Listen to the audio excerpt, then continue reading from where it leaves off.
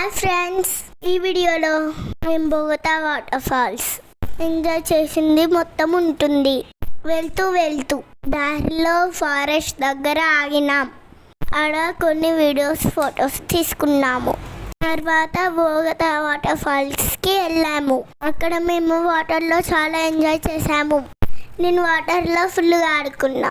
తర్వాత మేము వంట చేసుకోవడానికి బయలుదేరాం.